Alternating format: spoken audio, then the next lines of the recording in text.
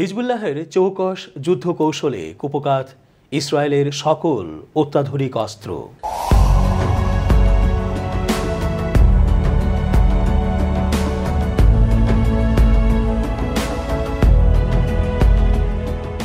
আসসালামু আলাইকুম প্রিয় দর্শক, সবার সুন্দর জীবন কামনায় শুরু করছি আজকের বিশ্লেষণ।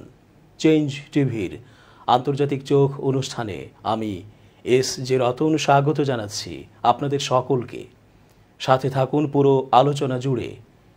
ইসরায়েল এই যে এত অত্যাধুনিক সকল অস্ত্র চালনা করছে গাজাবাসীর ওপর, শহীদ করছে হাজার হাজার নিরপরাধ ফিলিস্তিনিকে, তারপরও তারা জিততে পারছে না কেন?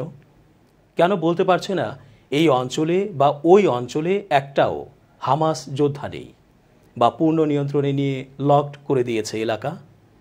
এর কারণ হচ্ছে হামাস সহ অন্যান্য সহযোগী সংগঠনের চৌকস যুদ্ধ কৌশল। এর মধ্যে হিজবুল্লাহ যেন এক অনন্য ভূমিকায় রয়েছে।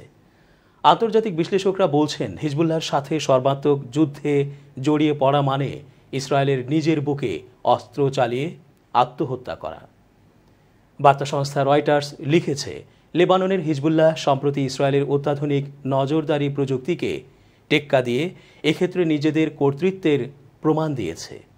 রয়টার্সের বরাত দিয়ে পার্স টুডে জানিয়েছে, হিজবুল্লাহ তার ড্রোন প্রযুক্তি ব্যবহার করে ইসরায়েলের গোয়েন্দা তথ্য সংগ্রহের সক্ষমতাকে দুর্বল করে দিচ্ছে।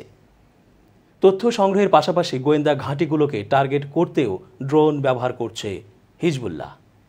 এর আগে হিজবুল্লাহর মহাসচিব হাসান নাসরুল্লাহ ইসরায়েলকে অন্ধ ও বধির করার যে কৌশলের কথা বলেছিলেন, এটি তারই অংশ। 7 অক্টোবর থেকেই গাজায় নির্বিচার হামলা শুরু করে দখলদার ইসরায়েল।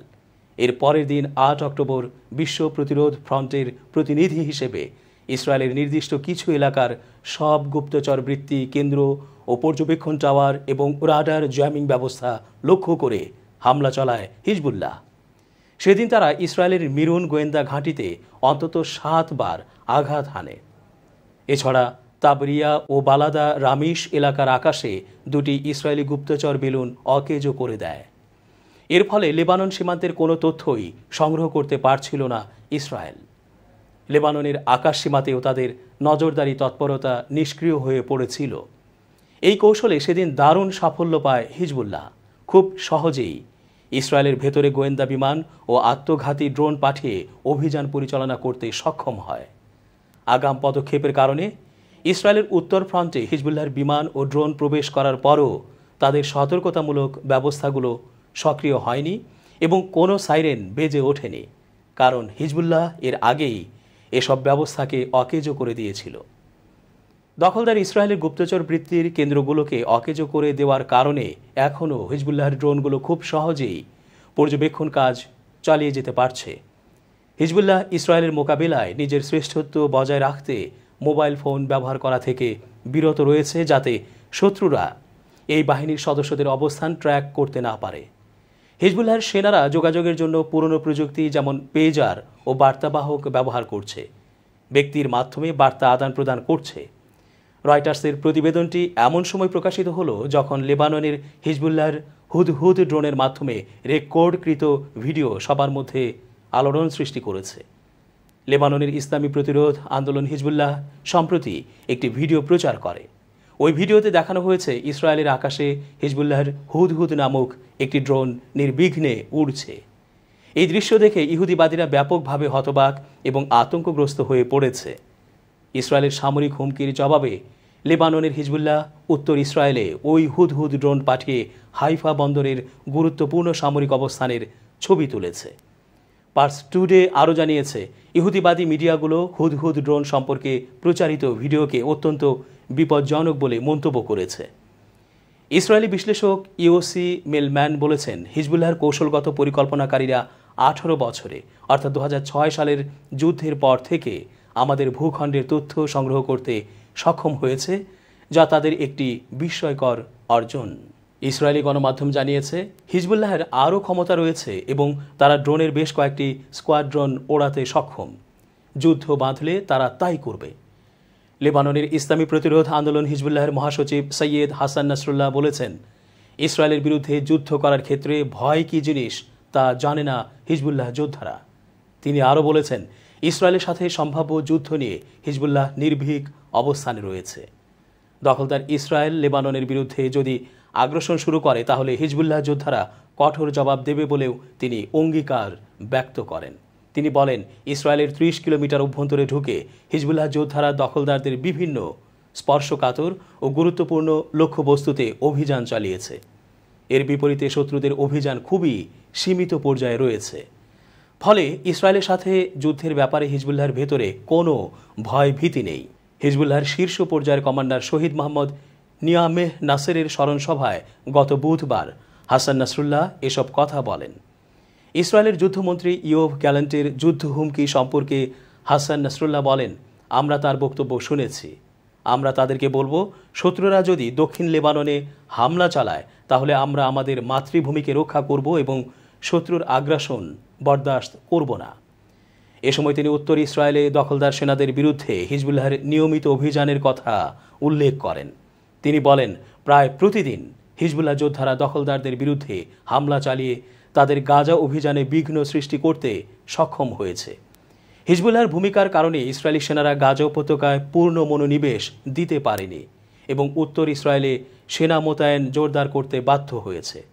হাসান নাসরুল্লাহ বলেন, তার সংগঠন ফিলিস্তিনি জনগণের প্রতি সমর্থন দেওয়া থেকে কখনো পিছু হটবে না, বরং বর্বর আগ্রাসন ও গণহত্যার বিরুদ্ধে প্রতিশোধমূলক হামলা অব্যাহত রাখবে। তিনি সুস্পষ্ট করে বলেন, যতক্ষণ পর্যন্ত কাঙ্ক্ষিত লক্ষ্য অর্জিত না হবে ততক্ষণ ইসরায়েল বিরোধী এ লড়াই চলবে। গত মঙ্গলবার লেবাননের রাজধানী বৈরুতের দাহিয়া এলাকার সৈয়দ আশ সোহাদা কমপ্লেক্সে দেয়া এক বক্তৃতায় হাসান নাসরুল্লাহ ইসরায়েল বিরোধী লড়াই অব্যাহত রাখার অঙ্গীকার ব্যক্ত করেন। শোকাবহ মুহররম মাস উপলক্ষে সৈয়দ আশ সোহাদা কমপ্লেক্সে ওই শোকানুষ্ঠানের আয়োজন করা হয়। হাসান নাসরুল্লাহ বলেন, গত ৮ অক্টোবর থেকে হিজবুল্লাহ যোদ্ধারা ইহুদিবাদী ইসরায়েলের বিরুদ্ধে যে লড়াই শুরু করেছে তার কাঙ্ক্ষিত লক্ষ্য অর্জিত না হওয়া পর্যন্ত লড়াই বন্ধ হবে না।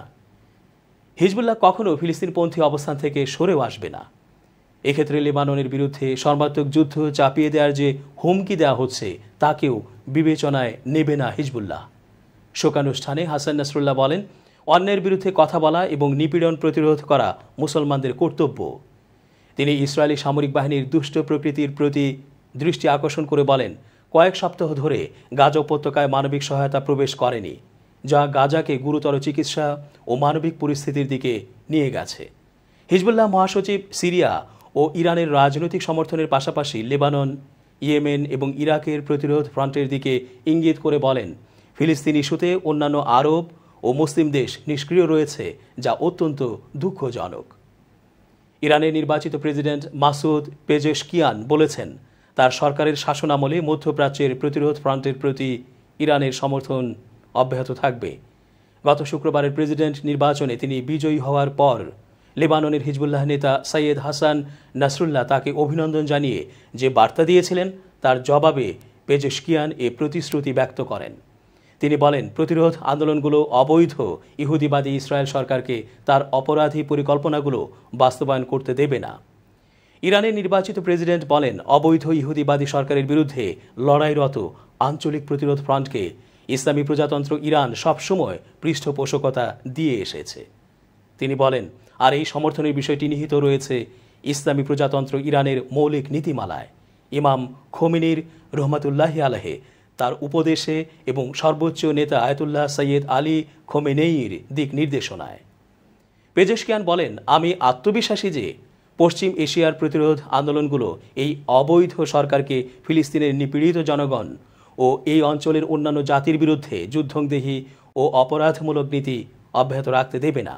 পেজেশকিয়ান সৈয়দ নাসরুল্লাহর পাশাপাশি লেবাননের জনগণের উন্নতি ও সমৃদ্ধি এবং ইসরায়েলের বিরুদ্ধে হিজবুল্লাহ যোদ্ধাদের বিজয় কামনা করেন। প্রেসিডেন্ট মাসুদ পেজেশকিয়ান তার দেশের সাথে গঠনমূলক আলোচনায় বসার জন্য আরব বিশ্বের প্রতি আহ্বান জানিয়েছেন।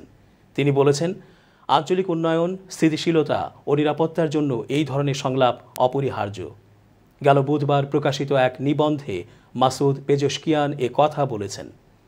শক্তিশালী ও উন্নত অঞ্চলের জন্য ঐক্য শীর্ষক নিবন্ধটি লন্ডন থেকে প্রকাশিত আল আরাবি আল জাদিদ পত্রিকায় ছাপা হয়েছে।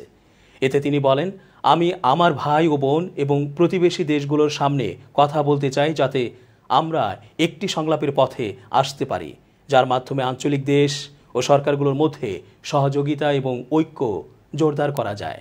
ডক্টর পেজেশকিয়ান শক্তিশালী আঞ্চলিক ভিত্তি গড়ে তোলার জন্য আঞ্চলিক দেশগুলোর প্রতি শক্তির যুক্তির চেয়ে যুক্তির শক্তির ওপর নির্ভর করার আহ্বান জানান। তিনি জোর দিয়ে বলেন, আঞ্চলিক অখণ্ডতা রক্ষা ও সহযোগিতার মাধ্যমে বিদ্যমান চ্যালেঞ্জগুলো মোকাবেলা করা সম্ভব, আর এজন্য প্রয়োজন গঠনমূলক ও লক্ষ্য নির্ভর সংলাপ। এই মন্তব্য কলামে ফিলিস্তিন প্রসঙ্গও টেনেছেন ডক্টর পেজেশকিয়ান। তিনি জোর দিয়ে বলেছেন, ইহুদিবাদী ইসরায়েলের দখলদারিত্ব, গণহত্যা এবং রাষ্ট্রীয় সন্ত্রাসবাদের অবসান ঘটাতে হবে। বর্ণবাদী ইসরায়েলের হাতে যে পরমাণু অস্ত্র রয়েছে তা মধ্যপ্রাচ্যের অস্থিতিশীলতা এবং নিরাপত্তাহীনতার মূল উৎস বলে উল্লেখ করেন মাসুদ পেজেশকিয়ান। দর্শক, আজকের মতো শেষ করছি এখানেই। নিরাপদে থাকুন, যেখানেই অসঙ্গতি দেখবেন কথা বলে উঠুন। সবার মঙ্গল কামনায় বিদায়।